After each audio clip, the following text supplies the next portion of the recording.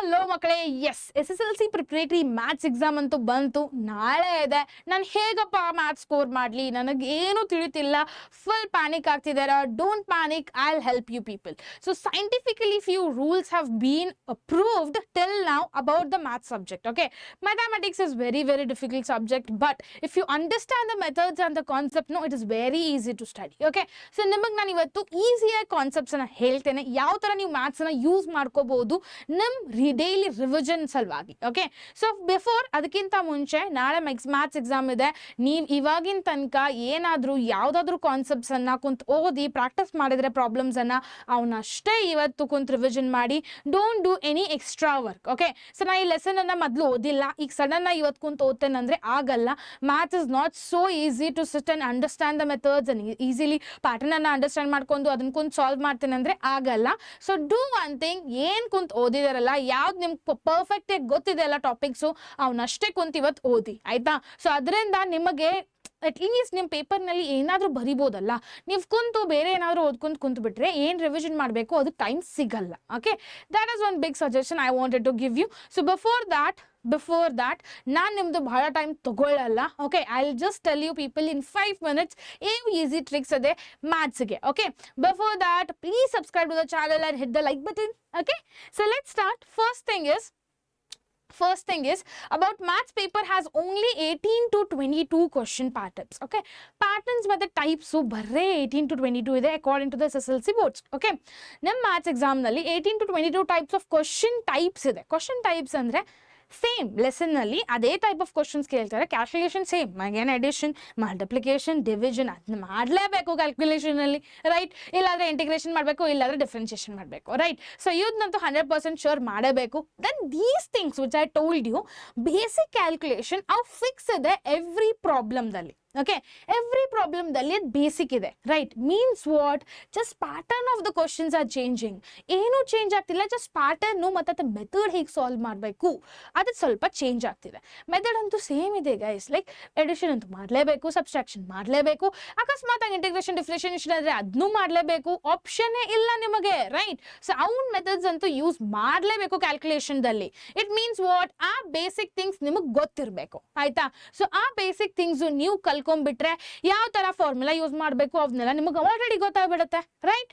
Next is numbers change, methods will repeat. Okay, methods ಯಾವಾಗಲೂ repeat ಹಾಕೊಂತಿರುತ್ತೆ, calculation ಯಾವಾಗಲೂ repeat ಹಾಕೊಂತಿರುತ್ತೆ, just numbers change ಹಾಕೊಂತ ಹೋಗುತ್ತೆ every type of question ನಲ್ಲಿ, ಆಯ್ತಾ? Next same steps sequence and appears every year. Sequence of steps means ನಿಮ್ಮ SSLC board exam question papers ಅನ್ನ ತೆಗೀರಿ, ಮ್ಯಾಥ್ಸ್ದು sequence ಯಾವಾಗಲೂ same ಇರುತ್ತೆ. ಸೊ ಈ ನಂಬರ್ ಕ್ವಶನ್ಗೆ ಮ್ಯಾಥ್ಸ್ದು ಇದೇ ಪ್ಯಾಟರ್ನ್ ಕ್ವಶನ್ಸ್ ಅನ್ನ ಕೇಳ್ತಾರೆ, ತಿಳಿತಾ? ಸೊ ನೀವು ನೋಡಬೇಕು, ನೀವು ನೋಡಿ, ಇವತ್ತು ನಾನು ಹೇಳ್ತಿದ್ದೇನಲ್ಲ, ಜಸ್ಟ್ ಓಪನ್ ಮಾಡಿ ನೋಡಿ, ಒಂದು 2 ನಿಮಿಷ ಹತ್ತದನ್ನು ಓಪನ್ ಮಾಡಿ ನೋಡಲಿಕ್ಕೆ ಸೇಮೇ ಇರುತ್ತೆ guys. I have seen it, I have observed it already, and I am in contact with so many people in the board exams who will correct the papers, who will prepare the question paper. ಅವ್ರ ಜೊತೆ contact ಇದೆ ನಂದು, ಅದರಿಂದಾನೇ ನಿಮಗೆ ಹೇಳ್ತಿರೋದು ನಾನು.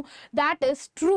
Okay, pattern ಯಾವಾಗಲೂ ಸೇಮೇ ಇರುತ್ತೆ ಕ್ವಶನ್ ನಂಬರ್ಸ್ದು. Okay, next preparatory paper copies this structures. So this structure will be copied by preparatory paper every time. ಇವ್ರು ಯಾವಾಗಲೂ ಇದನ್ನ ಕಾಪಿ ಮಾಡ್ತಾರೆ. ಅವ್ರದ್ದು that is a work of them. Okay, ಅವರು ಯಾವಾಗಲೂ ಹೊಸ ತೊಗೊಂಡು ಬರ್ಲಿಕ್ಕೆ ಸ್ಟಾರ್ಟ್ ಮಾಡಿದ್ರೆ it's not a big exams like a JEE or NEET. Okay, ನಿಮ್ಮ ಫ್ಯೂಚರ್ನಲ್ಲಂತ ಅದು ಎಕ್ಸಾಮ್ಸ್ ಬರುತ್ತೆ, ಆ ಥರ ಪ್ಯಾಟರ್ನ್ ಸೇಮ್ ಇರಲ್ಲ. ಅಲ್ಲಂತೂ ಬೇರೆ IIT, ಬೇರೆ NIT ಅವರು ಪೇಪರ್ ಬೇರೆ ಥರ ಚೆಕ್ ಮಾಡ್ತಾರೆ. ಪೇಪರ್ಸನ್ನು ಪ್ರಿಪೇರ್ ಮಾಡೋದು ಬೇರೆ IITಗೆ ಸಿಗುತ್ತೆ ಒಂದೊಂದ್ಸಲ. ಈ ವರ್ಷ ಈ IIT ಸಿಗಿದ್ರೆ ಬೇರೆ ವರ್ಷ ಬೇರೆ IIT ಸಿಗುತ್ತೆ. ಸೊ ಆ ಥರ ನಿಮ್ದಿರಲ್ಲ. ಸೊ ನಿಮ್ದು ಆ ಥರ ಇರಲ್ಲ, ಅದೇ ಪ್ಯಾಟರ್ನನ್ನು ಯೂಸ್ ಮಾಡಲೇಬೇಕು. ಅವರು ಮಾಡಲಿಲ್ಲ ಅಂದರೆ ಹುಡುಗರಿಗೆ ಈಸಿಲಿ ಪಾಸ್ ಮಾಡ್ಲಿಕ್ಕೆ ಬರಲ್ಲ. That mind set will be there for them. Okay, so no need to panic.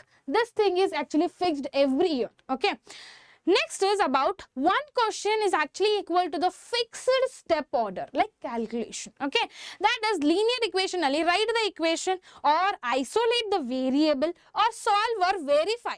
So this question pattern for the linear equation is 100% sure ಇದು ಬಂದೇ ಬರುತ್ತೆ ಈತೆ ತರ. Okay, next is quadratic equation alli identify form, factor or formula, roots ಬಗ್ಗೆ check ಬಗ್ಗೆ. So ಈ ತರ questions means the patterns will be same, ಬರೀ numbers ಅಷ್ಟೇ ಕೊಡ್ತಾರೋ ಅದನ್ನ ನೀವು ನೆನಪಿಟ್ಕೋಬೇಕು. formulas though. Okay, geometry ದಲ್ಲಿ given formula, substitute and answer. So this is the pattern for the geometry.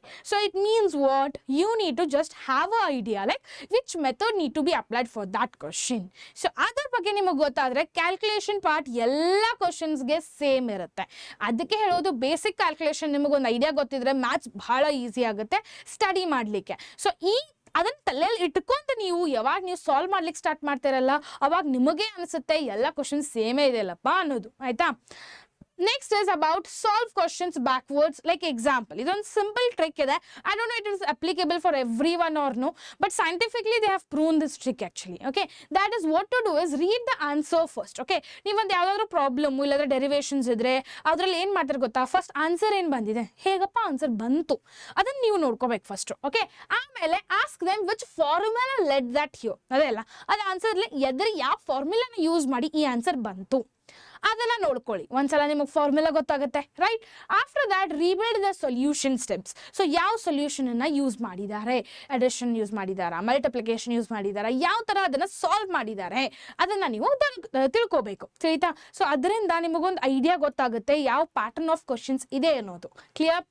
Next is hard questions are first. Like, no, that is completely an illogical thing. Okay, maths means what? Maths logic is what you know. That is start with the same pattern sums. Same pattern sums anna kunt odbeku. Aita?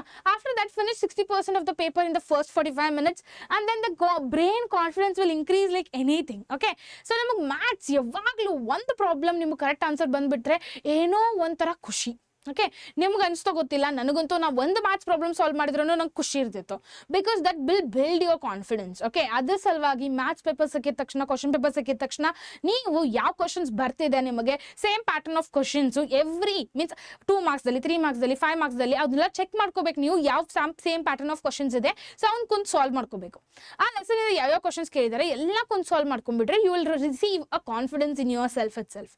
ನಿಮಗೆ ಅಕಸ್ಮಾತ್ ನೀವು ಎಲ್ಲ revision ಕುಂತು ಮಾಡಿದ್ರು ಎಲ್ಲ ಕ್ವಶನ್ಸ್ನ attempt ಮಾಡೋ plan ಹಾಕಿದ್ರು ನಿಮಗೆ ಎಲ್ಲ ಕ್ವಶನ್ಸ್ ಯಾವ ಗೊತ್ತಿರೋದೆಲ್ಲ ಆನ್ಸರ್ಸ್ ಮಾಡಿಬಿಟ್ರೆ ನಿಮಗೊಂದು ಕಾನ್ಫಿಡೆನ್ಸ್ ಸಿಗುತ್ತೆ ಬೇರೆ ಕ್ವಶನ್ಸ್ ಮಾಡಲಿಕ್ಕೆ.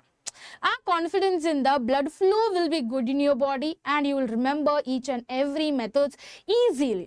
So that is the how the brain actually works. Okay, ನಿಮ್ಮಲ್ಲಿ ಕಾನ್ಫಿಡೆನ್ಸ್ ಇರಬೇಕು. ಕಾನ್ಫಿಡೆನ್ಸ್ ಇದ್ದಿರಲಿಲ್ಲ ಅಂದರೆ ಏನು ಮಾಡ್ಲಿಕ್ಕೆ ಬರಲ್ಲ. So this trick you people will use, it will really help you people a lot. Okay, so maths revision ಮಾಡಬೇಕಾದ್ರೆ ಅಲ್ಲ, steps lock ಮಾಡೋದು ಬಹಳ important. Which type of a steps you are using it. So ಏನು use ಮಾಡ್ತಿದ್ದೀರಾ, calculation part wrong ಆದರೆ answer ಸರಿಯಾಗಿ ಬರಲ್ಲ. So ಅದನ್ನ ಕ್ಯಾಲ್ಕುಲೇಷನ್ ಪಾರ್ಟ್ ಪರ್ಫೆಕ್ಟ್ ಮಾಡ್ಕೋಬೇಕಾದ್ರೆ ಬೇಸಿಕ್ ಥಿಂಗ್ಸ್ ಅನ್ನ ಕಲಿಬೇಕು ನೀವು.